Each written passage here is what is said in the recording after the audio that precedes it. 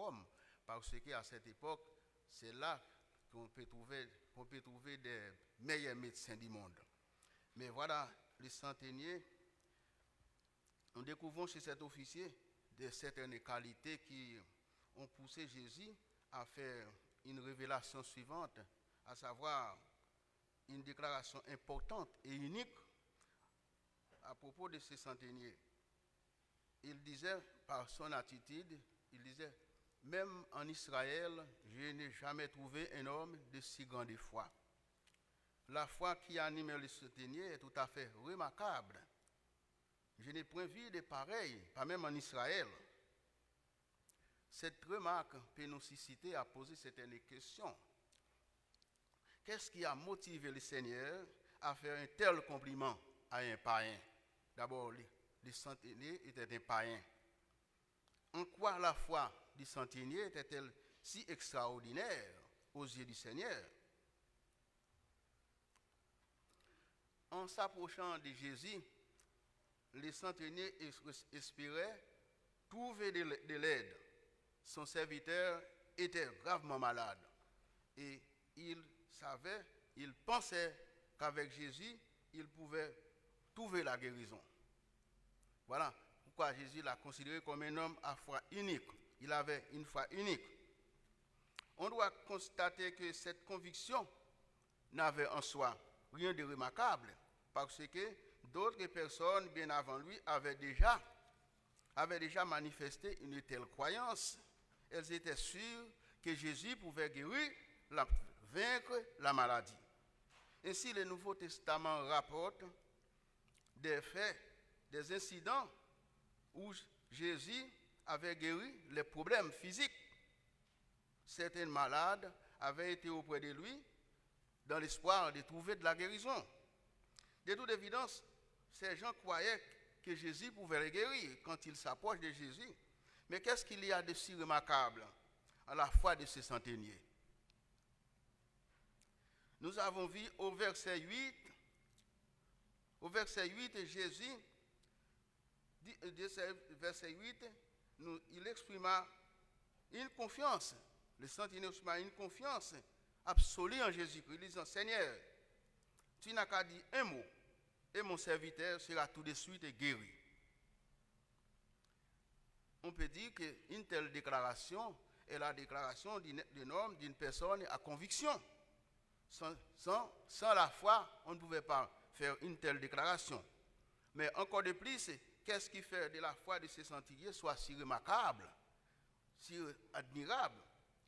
D'ailleurs, nous avons vu que l'évangéliste Matthieu nous raconte d'autres événements dans Matthieu chapitre 9, versets 6 à 7, où Jésus a guéri les paralytiques sur la base de sa parole. Il disait, lève-toi, prends ton lit et va dans ta maison. Et immédiatement, il alla dans sa maison. Et dans Matthieu 15, verset 28, le Seigneur dit à une femme cananéenne, femme, ta foi est grande, qu'il te soit fait comme tu veux. Et à l'instant même, sa fille fut guérie.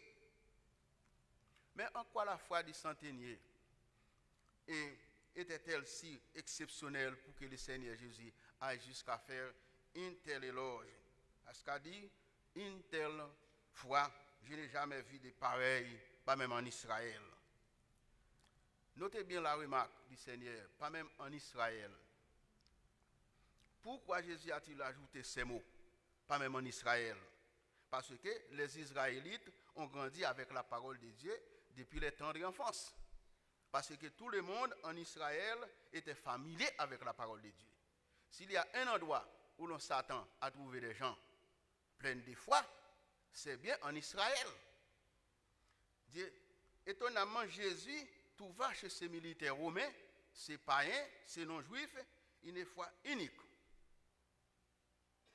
Une foi unique. Parmi les peuples d'Israël, on n'en trouve jamais.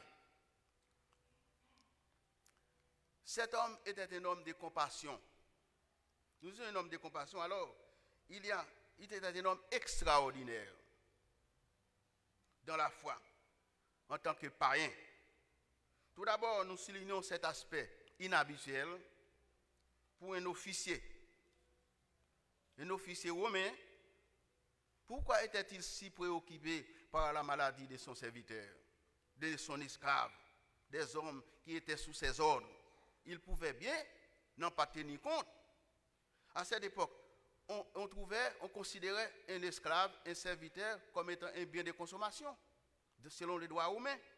Le maître pouvait s'en servir comme bon lui semblait, sans avoir à rendre compte à qui que ce soit. S'il travaille bien, vous pouvez le garder. Si son travail ne vous satisfait pas, vous pouvez le renvoyer. Il n'en tient qu'à vous. Alors, ce serviteur atteint d'une paralysie,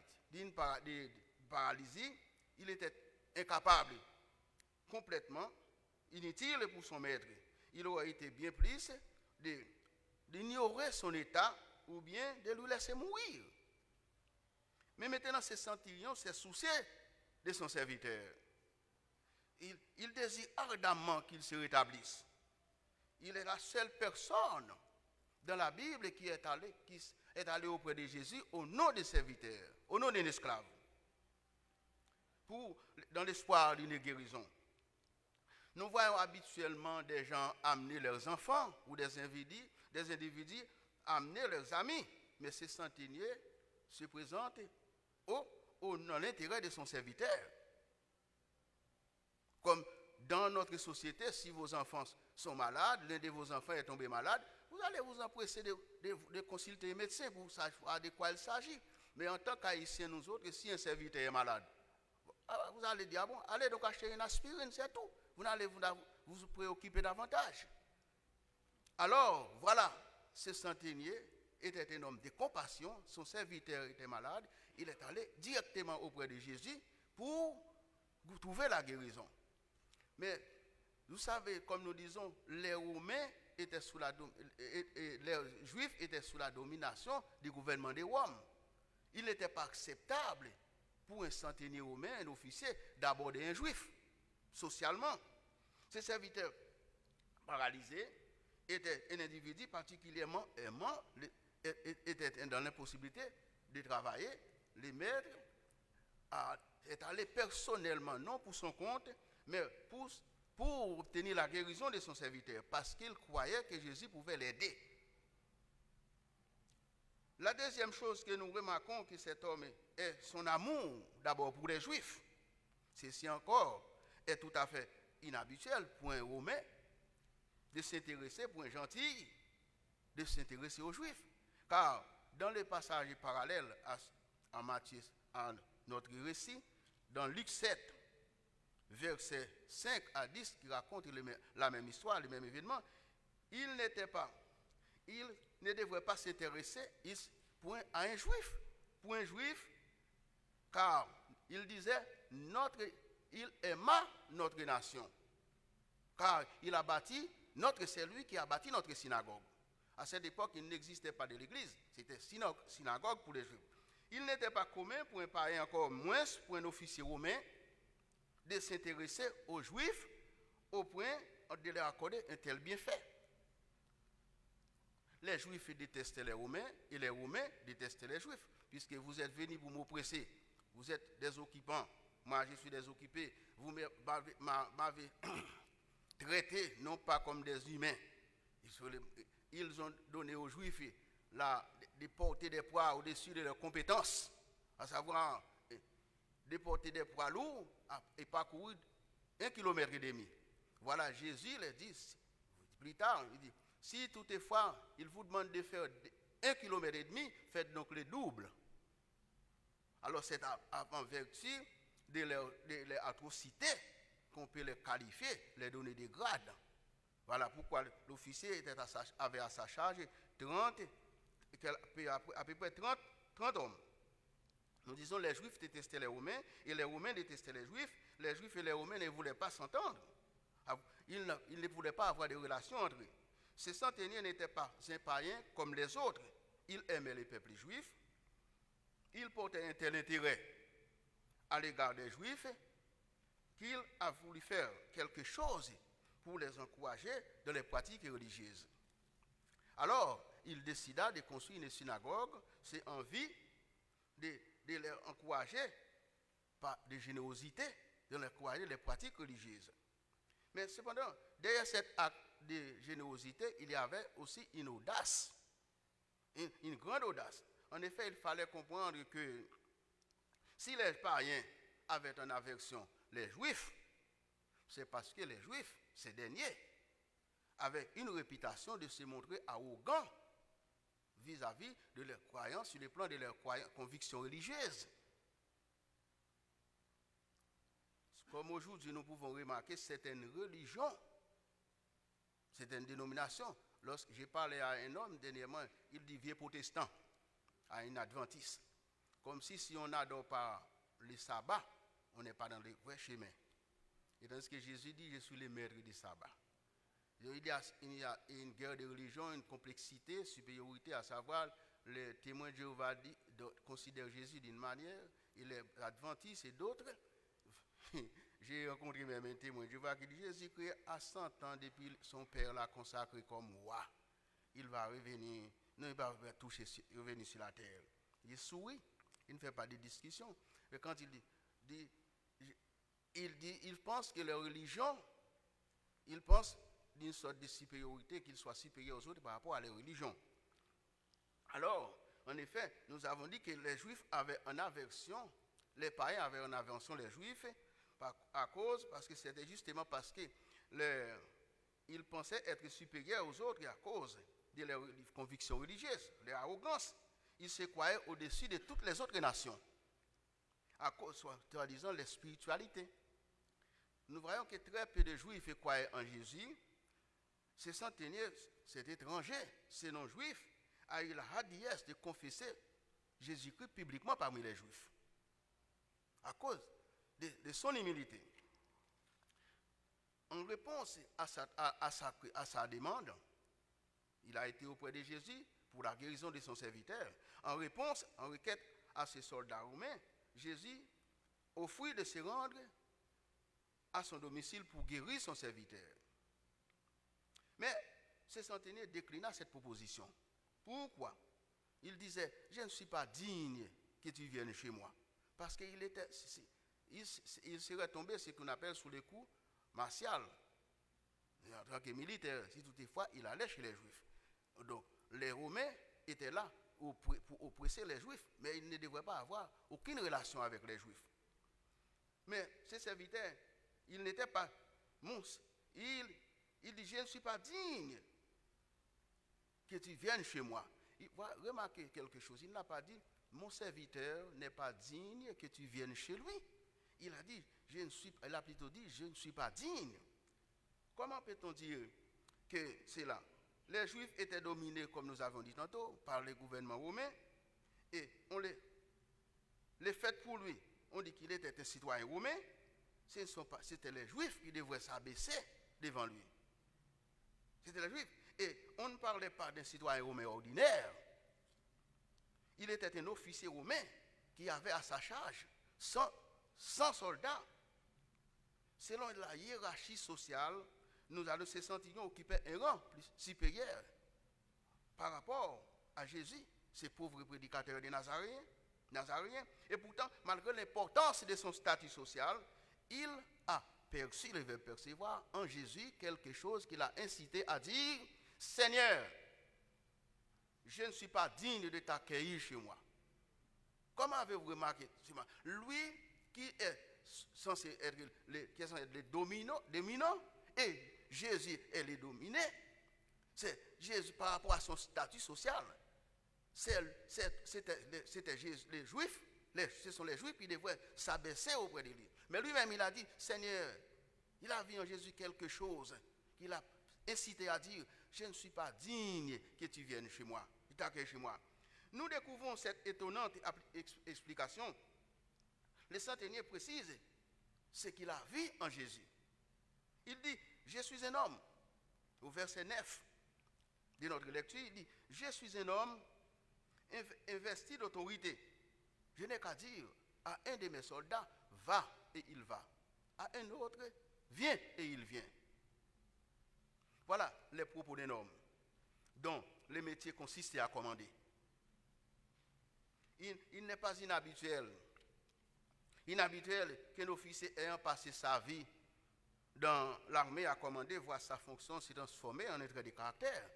Car pour un officier accoutumé à exercer son métier sur les champs de bataille, nous sommes surpris par son humilité quand il dit à Jésus, je ne suis pas digne que tu viennes chez moi. Qu'a-t-il discerné en Jésus? Il a reconnu en Jésus son supérieur. Par sa fonction de centurion, il avait 100 hommes sous son autorité.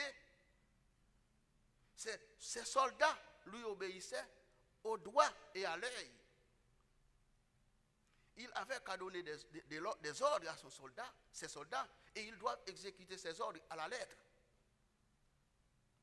Il a toutefois reconnu que son pouvoir, en tant que commandant, ne peut se comparer à celle de Jésus-Christ. Jésus exerce son pouvoir, non pas seulement sur un groupe, sur quelques hommes, mais sur toute la création. Sur toute la création. Il ouvre la bouche et tout lui obéit. Il dit, je donne, les centeniers disent, je donne des ordres à mes hommes et ils m'obéissent.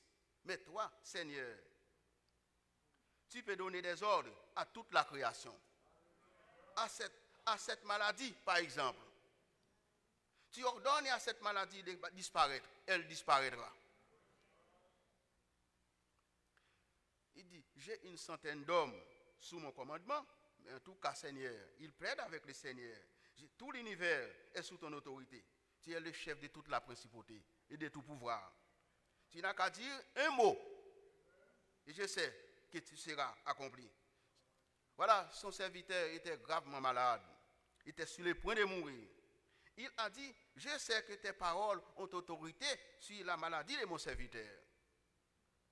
Tu as le pouvoir de dire à la mort, recule, et il quittera mon serviteur. C'est une belle démonstration de foi. Comment ces païens a-t-il acquéri, puis acquérir une si grande foi? Pour que le Seigneur Jésus aille jusqu'à dire, pas même en Israël, je n'ai pu jamais trouvé un homme de si grande foi. Cet homme était un homme plein de foi. Et cette foi, ce centurion était un homme plein de foi, et sa foi était centrée sur la personne de Jésus-Christ. Dans Hébreux 11, verset 6, il est écrit que sans la foi, il est impossible d'être agréable à Dieu. Que celui qui s'approche de Dieu croit que Dieu existe. Et que Jésus-Christ est le Seigneur des Seigneurs, le roi des rois. Il est le rémunérateur de tout ce qui le recherche, de tous ceux qui cherchent avec foi. On peut dire que le centenier illustre bien la définition de la foi par son attitude. Remarquez encore la portée de la déclaration du centenier. En prononçant quelques paroles, mes soldats exécutent aussitôt mes ordres, même si cela risquait de leur coûter la vie. Il veut dire par là que la vie de chacun de ces soldats était entre ses mains. Il avait à toute fin pratique et le droit de vie et de mort sur ses soldats. Sur le champ de bataille, quand le commandant vous dit, allez, même si vous allez tomber dans l'océan, toutefois qu'il ne donne pas, qu'il ne vous dit pas arrêtez, vous ne devez pas vous arrêter. Ce qui veut dire, c'est la pratique, il a le droit de vie et de mort sur ses soldats. Comme il a comparé Jésus pour ainsi absolu, il avait un droit quasi absolu sur ses soldats. Comme Jésus lui-même avait ainsi un droit de vie et de mort sur ses soldats, il peut les envoyer vers la guerre si c'est nécessaire. Vous avez voyez la comparaison que fait le centenier. Il dit à Jésus, Seigneur, tu es au-dessus de tout, je suis moi-même soumis à mes supérieurs. Si moi je suis obéi, combien plus est-il de ton autorité dans tout l'univers? Car tu as une autorité absolue. Dis seulement un mot et les puissances de la nature t'obéiront. Voilà les propos du centenier. Celui qui s'approche de Dieu croit qu'il est le rémunérateur de ceux qui le recherchent. Avoir la foi, c'est croire que Christ est le rémunérateur de ceux qui le recherchent de tous les cœurs. Les centeniers à rechercher Jésus en ayant confiance qu'il trouvera pour l'aider dans ses besoins. Il a dû surmonter les obstacles sociaux, parce que quand un Romain ne demande pas de l'aide à un Juif, et en effet, il n'était pas acceptable socialement pour un païen d'aborder un Juif. Et le fait qu'il soit encore un officier romain rendait la situation plus compliquée, plus difficile. Il lui a fallu donc beaucoup plus de courage et d'humilité pour s'approcher de Jésus. Mais il était prêt à se rendre jusqu'au bout, même au mépris, au risque d'être l'objet de médisance. Parce qu'il ne pouvait pas aborder les Juifs. Il alla vers Jésus avec la conviction que quelqu'un qui pourra trouver, qu'il trouvera des bénédictions divines. Voilà, les chrétiens doivent faire de même quand ils ont faim, quand il a faim et soif de justice. Quand ils cherchent, premièrement, le royaume et la justice de Dieu. Lorsqu'ils demandent, lorsqu'ils frappent, ils cherchent. Et lorsqu'ils persévèrent dans la prière. Telle est notre devise. Il a dit, dis seulement un mot.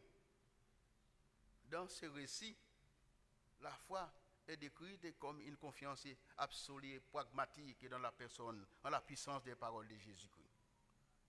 Remarquez cette phrase remplie de conviction. Dis seulement un mot.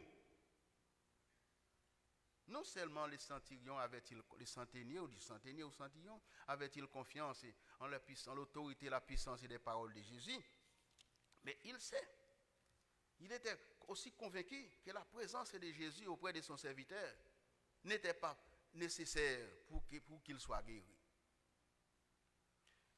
Parce qu'il y a des gens, la plupart des gens qui allaient vers Jésus dans l'espoir de recouvrer la santé physique, l'espoir de la santé, essayaient d'être à la portée de sa main, comme si un contact, il croyait puisqu'un contact physique s'avérait nécessaire. Un contact physique devrait s'établir. Or, les centeniers pensaient différemment. Ces paroles montraient qu'il avait la ferme conviction que Jésus n'est pas limité dans l'espace. Même que là où vous êtes, à New York, si vous avez un ami en France ou en Haïti, au Canada, vous pouvez invoquer le nom du Seigneur en sa faveur.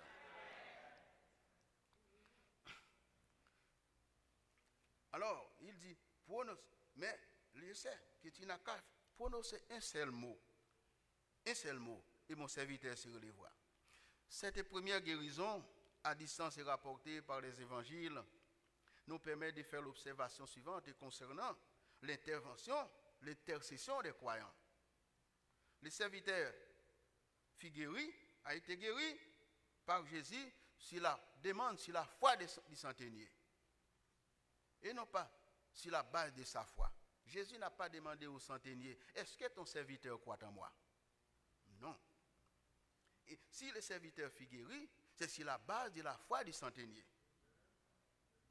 On en déduit qu'une personne dans les besoins peut être aidée sur la base de la foi d'une autre personne. Il est vrai que Dieu demande à chacun de nous de s'approcher personnellement de Jésus. Mais il n'en demeure pas moins aussi que certains peuvent bénéficier d'une intervention divine qui a été sollicitée sur la base de la prière, de la foi de ceux qui prient Dieu. Cet incident devrait nous encourager à prier pour les autres davantage. Mais il faut que cette prière, j'ai dit, à prier pour les autres davantage, mais il faut que cette prière ne soit pas hypocrite, ne soit pas faite à la Maïkorev.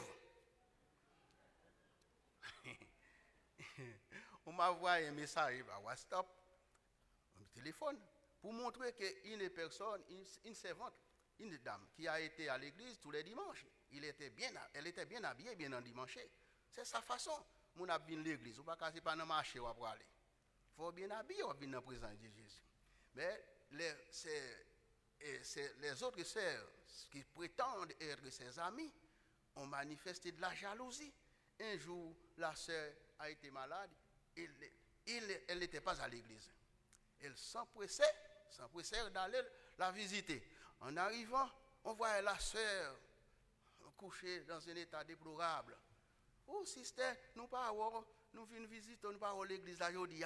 Oui, oh, les filles font prière hypocrite. Ils prient à la microwave. Ou quand les manger fruits dans la microwave, même s'ils fruits vite, ils pas cuits. Pour les gens qui comptent faire cuisine, là on met ton petit manger au fruit dans la chaudière, on met ton petit dit fait tout d'où là-dedans, chalet à cuit, là chita manger. Il bien je mais c'est là la microwave, c'est one two three. Après mon yo pas gain temps pour faire un café, c'est prendre de l'eau, c'est fait dans la microwave là. Yo pas bouillir de l'eau. Yo font prière one two three. Yo pour encore quitter, à peine yo saute dans caisse, yo saute dans l'élévateur. Mes amis, ou pas ouais. Vous ne regardez là, pas ouais. Oui. L'église est chère, ben normalement, le conseil est normal, bien habillé. Ouais, ça c'est prière hypocrite, prière pas bon. Alors, parfois, on a un pour nous faire tripotage, mais nous pas aider dans la prière. Alors, nous autres, nous devons déhaïtianiser pour nous christianiser.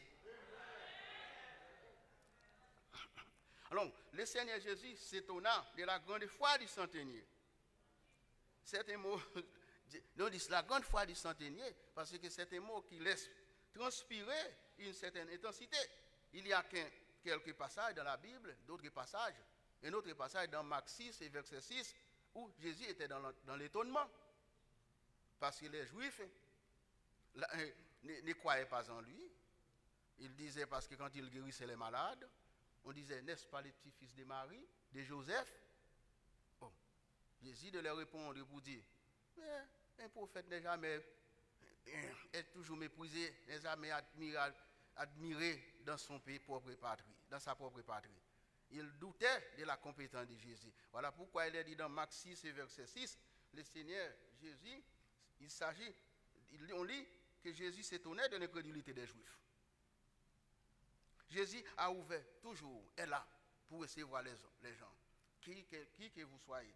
Il a ouvert son cœur à ses centuriers. Il a accueilli à bras ouverts, même si socialement ce n'était pas acceptable. Parce qu'il faut se rappeler que ces centurions, ces militaires étaient un Romain, nation, donc Romain citoyen de la nation qui opprimait les Juifs. Dans le passage suivant, le verset suivant, nous voyons que Jésus parle d'un réveil spirituel. C'est un chapitre. Jésus continue à parler de la foi en révélant à ses auditeurs dans le futur. Il y aura un réveil spirituel parmi les païens. Plusieurs d'entre eux iront vers Jésus par la foi, tout comme les centeniers l'avaient fait. Ils viendront de toutes les parties du monde, de l'Est et de l'Ouest, pour se joindre à Abraham, Isaac et Jacob dans le royaume des cieux. C'est presque imaginable. Comment peut-on penser que les Juifs et les non-Juifs, les païens, puissent prendre place ensemble autour de la même table pour jouir les délices du royaume? Les Juifs considéraient qu'il était répréhensible pour eux de manger avec les non-Juifs, selon ce qui est écrit dans Actes des Apôtres, chapitre 11, verset 3. Ils considéraient qu'il était répréhensible pour eux de manger avec les non-Juifs. Et voilà, Jésus leur annonce cette troublante prédiction. Un jour, des païens s'asseyeront avec les non-Juifs. Les païens s'asseyeront avec les patriarches juifs autour de la même table lors d'un festin. Nous savons que l'Est, ils viennent de l'Est et de l'Ouest. L'Est et l'Ouest sont des points cardinaux diamétralement opposés. Il indique ici les régions les plus éloignées, c'est-à-dire le monde entier. Il dit les païens viennent de l'Est et de l'Ouest. Il faut aussi le comprendre dans un sens figuré. Jésus faisait référence non seulement à ceux qui sont éloignés géographiquement d'Israël, mais à tous ceux qui sont loin et spirituellement. Et ceci comprend autant des gentils et les non-juifs. Les gentils et les juifs. Les centurions, Abraham, Isaac et Jacob, avaient ceci en commun pour entrer au ciel. Ils avaient tous la foi.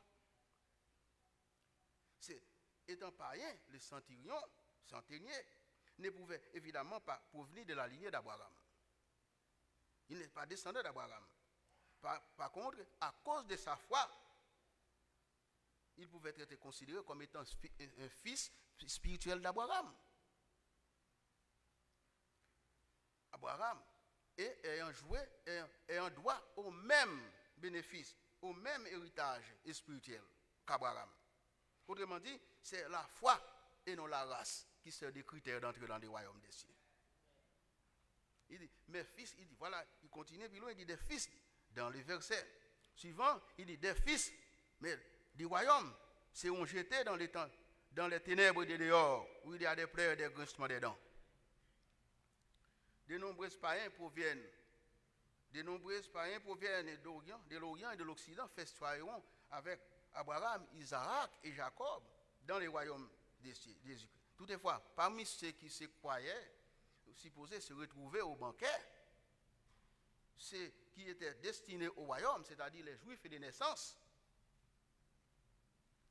qui ont pourtant professé reconnaître Jésus comme roi, certains d'entre eux auront l'horrible surprise de se voir, d'être jetés dans les ténèbres du dehors, où il y a des pleurs et des grincements des dents.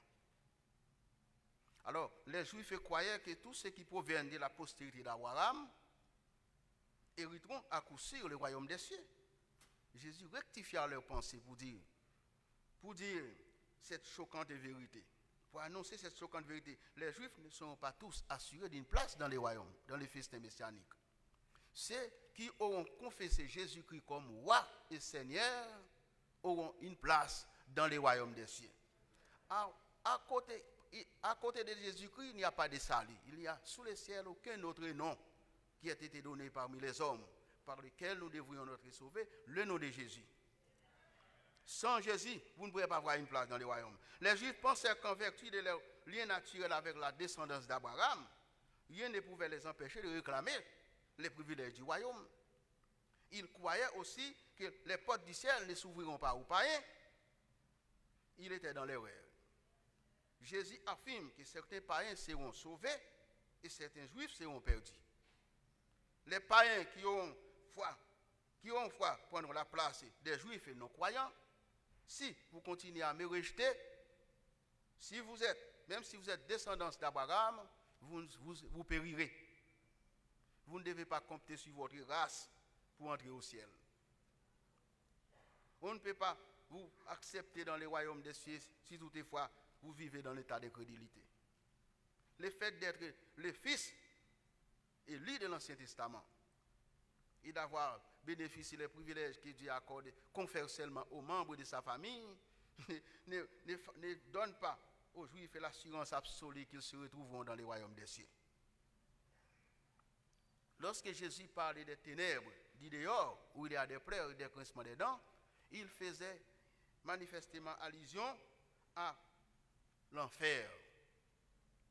L'enfer est une terrible réalité, chers amis, que nous ne devons pas prendre à la légère, que nous devons prendre au sérieux. Il y a des gens, lorsqu'ils parlent à quelqu'un, ils disent, moi, je suis dans l'enfer. Oui, toi dans l'enfer. Pourquoi ils disent parfois, ils font de leur cœur un cimetière pour garder les mauvais souvenirs des autres. Ces chrétiens, ils ne sont pas jamais offensés. Chrétiens, pas mal guéris. Quel que soit Tifaï là, excusez-moi, quel que soit ça ou là, comme si vous font interaction, vous mettez en position de l'autre, vous dites si vous êtes en position, ça me tape fait tout. Bon, voilà comment vous pouvez pardonner. Mais parfois, là, vous parlez, moi-même, personnellement, j'ai rencontré une dame qui est victime d'un coup d'état de son mari. Il dit, mon cher, tant que je tourne à la veille, un coup d'état sentimental, il me dit, toi, il est dans l'enfer. Comme s'il ne pas comprendre ça, ça veut dire notion de l'enfer. Mais lorsque Jésus parle d'un endroit où il y a des pleurs, des grincements des dents, alors, pour les chrétiens, la mort, ce n'est rien. Sans la foi en Christ, l'homme périra inévitablement dans le feu inextinguible de l'enfer. ce sera pire que la mort elle-même. Nous ne devons pas perdre de vue la gravité et l'avertissement biblique lié à l'enfer. Si nous sommes peu convaincus de l'existence et de ce lieu de ténèbres, de condamnation, les mises en garde de Jésus n'ont aucune signification pour nous. Et à chaque fois que Jésus fait une mise en garde se rapportant à l'enfer, l'avertissement est adressé à ceux qui se croiraient héritiers du royaume. Pour les gens qui croient qu'il n'y a pas un ciel, c'est les gens pour ça. Les gens d'ailleurs pas qu'on a fait de l'enfer à parler là. C'est vous-même pour vous devez faire attention. Alors, le Seigneur ne parle pas de l'enfer aux païens, mais plutôt à ceux qui professent le connaître. La condamnation de la GN n'est pas quelque chose qui doit intéresser, qui doit faire peur aux inconvertis, mais à nous autres. Elle devrait faire l'objet de soucis majeurs qui occupent l'objet de ceux qui disent chrétiens. C'est nous, chrétiens, nous disons chrétiens, nous devons perdre l'enfer. Si vous avez parlé de l'enfer, vous dites attention, je ne peux pas écouter ça. Je vais humilier sous terre, je ne peux pas humilier dans l'enfer encore. Nous devons ainsi conclure que cette mise en garde de Jésus ne s'adresse pas uniquement aux Juifs, mais à son Église.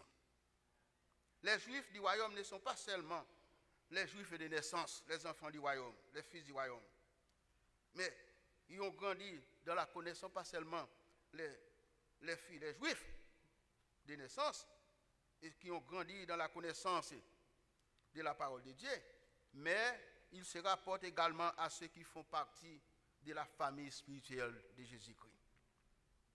Les fils du royaume sont ceux qui devraient théoriquement hériter du royaume. Or, Jésus avertit que plusieurs de ceux qui se disent chrétiens, qui croient être hérités, auront la terrible surprise de découvrir qu'en réalité, ils ne le sont pas.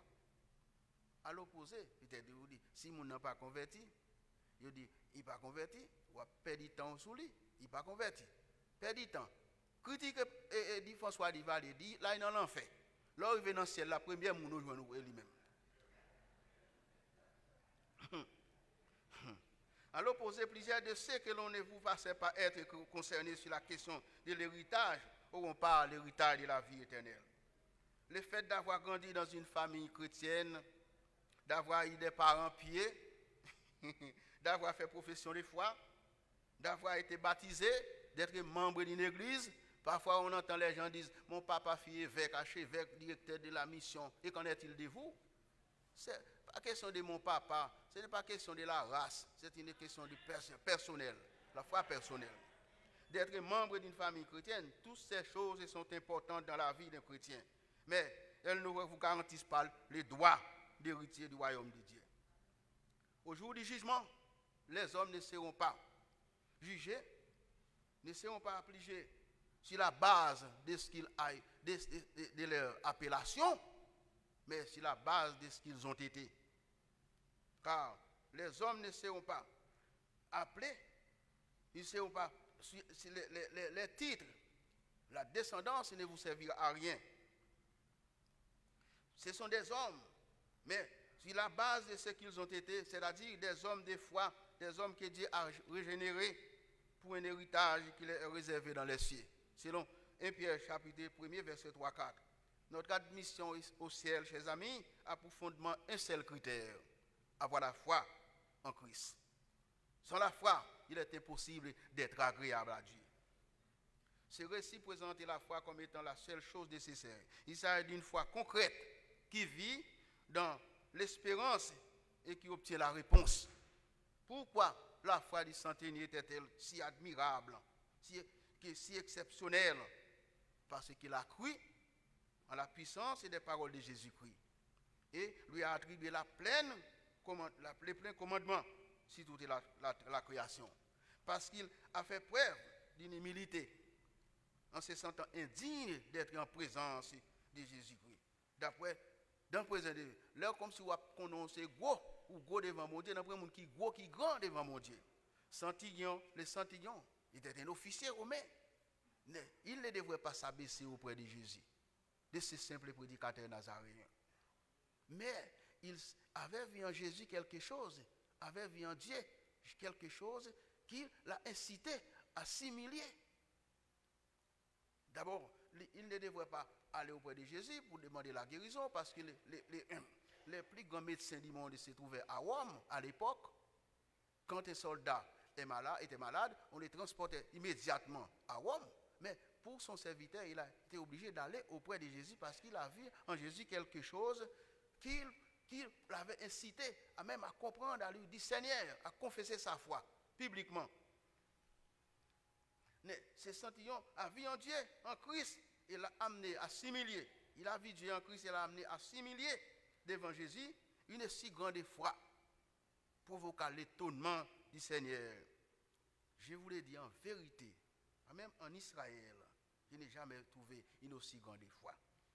En louant la foi du centenier, cette question vous est posée aussi. Le Seigneur vous pose cette question. Êtes-vous prêt à m'accorder la pleine confiance, la même confiance que celle du centenier? Cette question est adressée à chacun de nous. À chacun de vous. Êtes-vous prêt? D'abord, si toutefois vous voulez vous abandonner à Jésus, Jésus ne repousse personne. Il a ouvert ses bras pour recevoir, pour accueillir ses centeniers, avec joie et à cœur ouvert. C'est ainsi aujourd'hui il veut vous recevoir. Il veut que vous changiez de fusil d'épaule, que vous ayez la foi en lui, en l'acceptant comme maître et sauveur personnel, et il peut changer votre vie. Puis il n'y a pas de grands et de petits, il n'y a sous le ciel aucun autre nom, parmi lesquels il est donné, c'est Jésus-Christ, le nom de Jésus. Et donc une confiance absolue en Jésus-Christ. Que Dieu vous bénisse.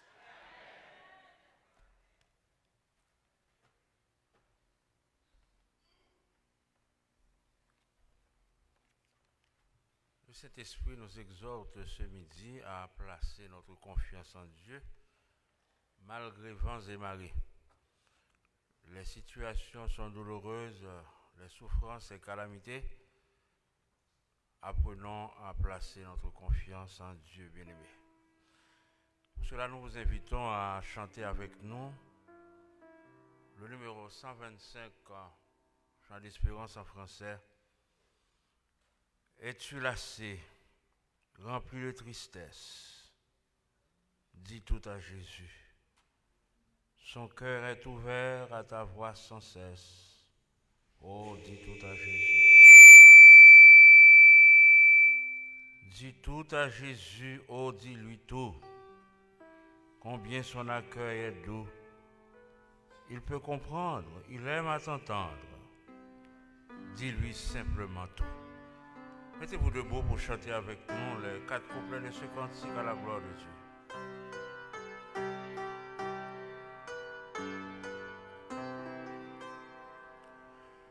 Es-tu lassé, rempli de tristesse?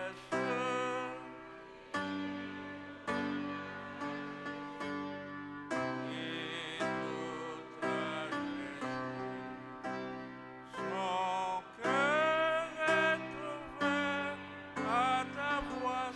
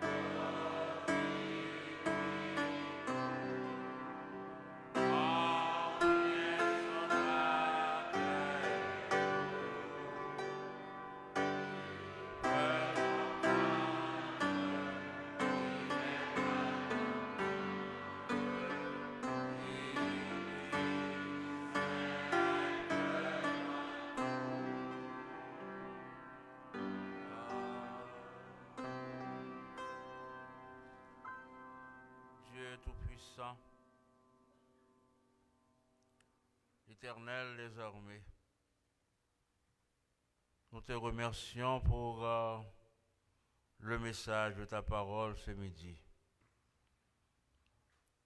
Tu nous as exhortés, ô Dieu, à placer notre confiance en toi, même quand nous traversons la vallée de l'ombre de la mort,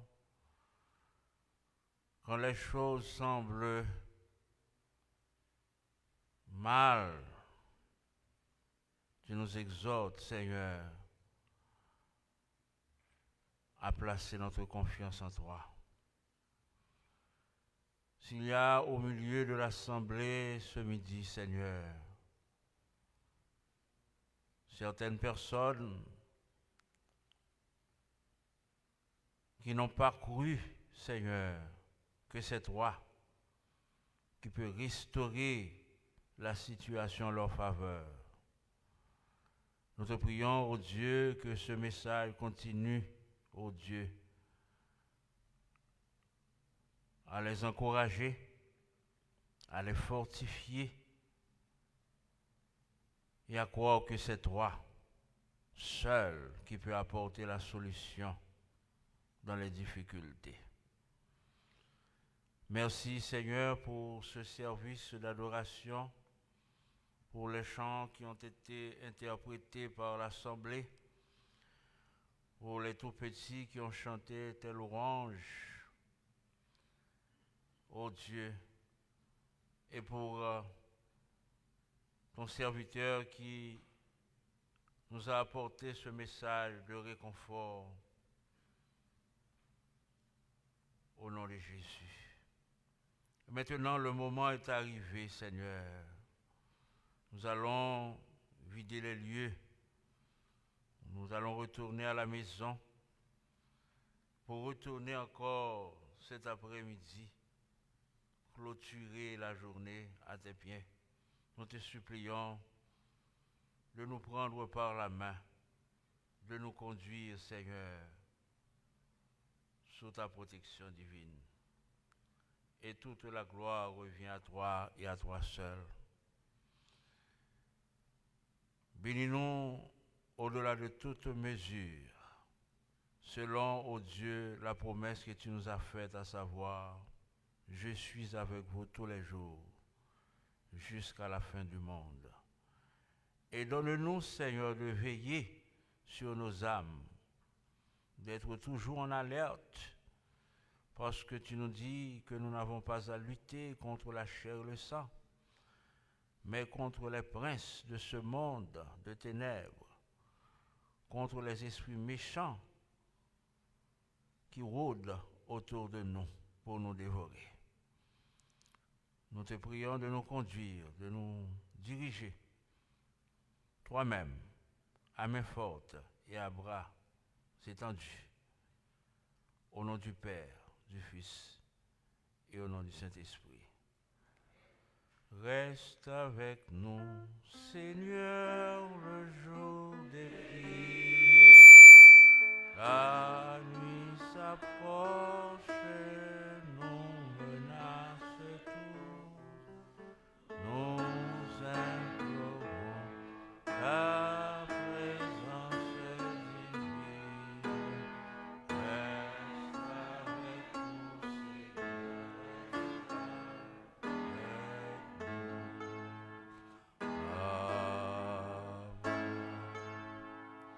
Et maintenant, recevons la bénédiction. Que la paix de Dieu, qui surpasse toute intelligence, garde nos cœurs, nos pensées en Jésus-Christ, dès maintenant et jusqu'au grand matin de l'éternité bienheureuse. Amen.